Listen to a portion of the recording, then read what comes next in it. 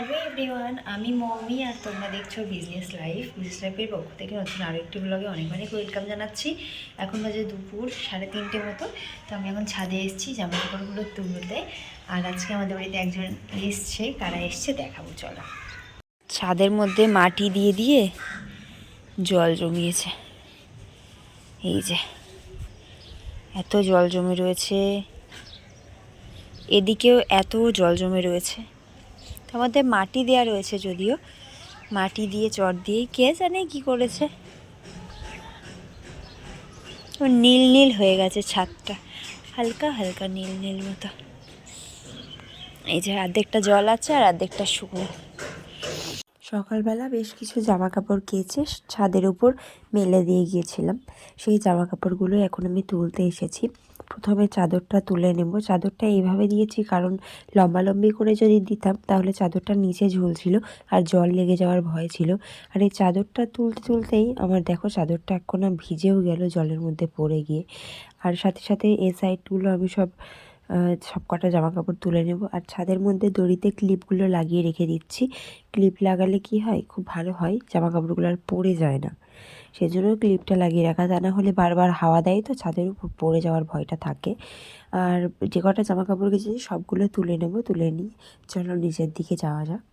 এই দেখো বুবু এসে গেছে, এসে জল ঘাটছে। আমি ওকে দুবার বকা দিলাম, ও তাও শুনছে না। ছাদের মধ্যে এসে জল ঘাটছে। ঘড়ির সুতো ঝুলছিল একটা, সেটা নিয়ে টানাটানি করে খেলা করছে, এই করে আর কি। এখন বাবা আর ছেলে দুজনা মিলে নারকেল ছাড়াচ্ছে, পিঠে হবে সেই জন্য।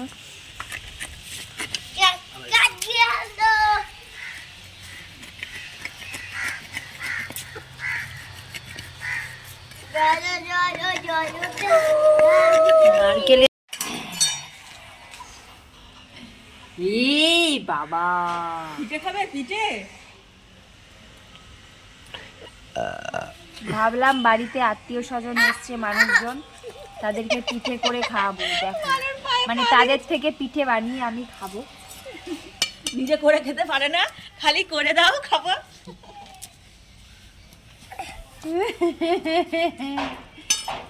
হ্যালো বন্ধুরা, দুপুরবেলা আজকে বাড়িতে মা আর বাবা এসেছিল। আর এখন হচ্ছে বিকেল 4:30 বাজে। একটু পায়েস খেতে ইচ্ছা করছিল, তাই মাকে বললাম একটু পায়েস বানিয়ে তুমি নিজে খাও, ভাইয়ের জন্য একটু নিয়ে যাও আর আমাদের জন্য একটু রেখে যাও। শিমের দানা কি করবা, নেওয়ার চিন্তা করছে মা এখন। এগুলো কি বেগুনের দানা? হ্যাঁ, কি বেগুন? কালো বেগুন। এই পুরুষটা হয়েছে, তুই রেখেছিস? পুরুষটা হয়নি, ওই জন্য চিপস কে গেছে, একদম চিপস কে গেছে। এখন পায়েস বানাচ্ছে। আর এদিকে দেখো লাফিয়ে লাফিয়ে দেখতে হবে, দেখো এরকম করে করে দেখতে হবে।